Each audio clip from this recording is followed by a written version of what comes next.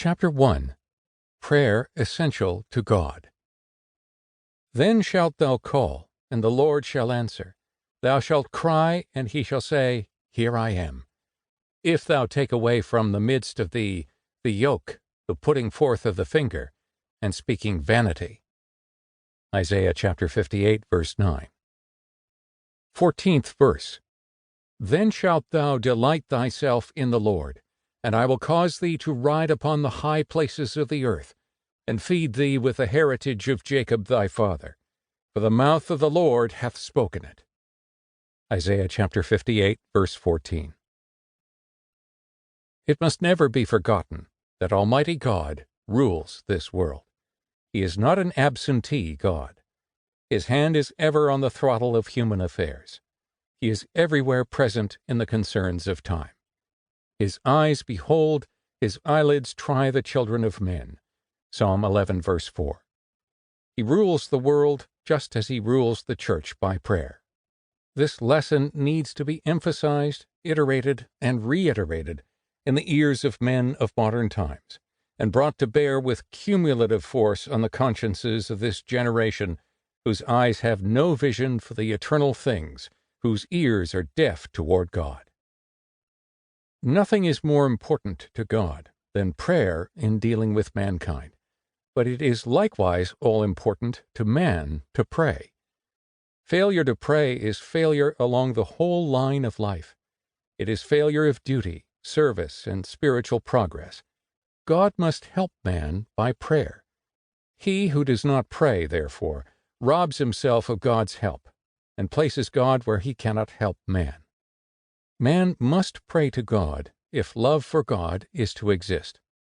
Faith and hope and patience and all the strong, beautiful, vital forces of piety are withered and dead in a prayerless life.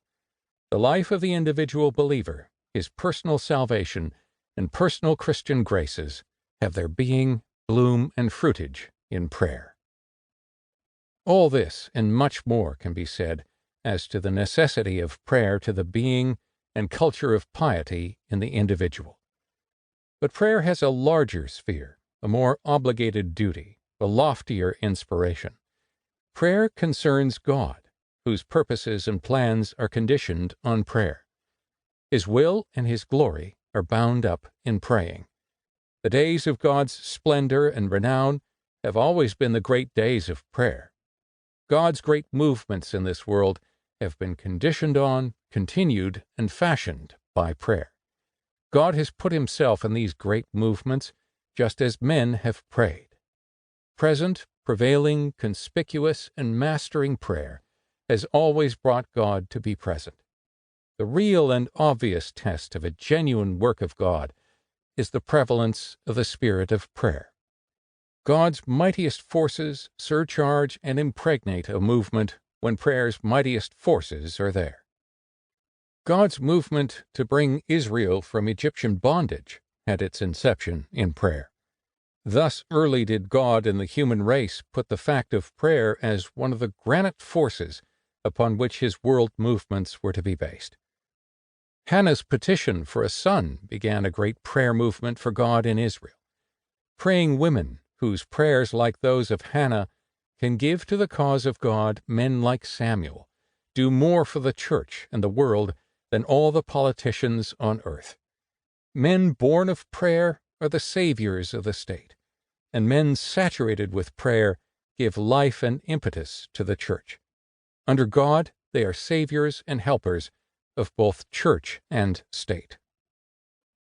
We must believe that the divine record of the facts about prayer and God are given in order that we might be constantly reminded of Him, and be ever refreshed by the faith that God holds His church for the entire world, and that God's purpose will be fulfilled. His plans concerning the church will most assuredly and inevitably be carried out.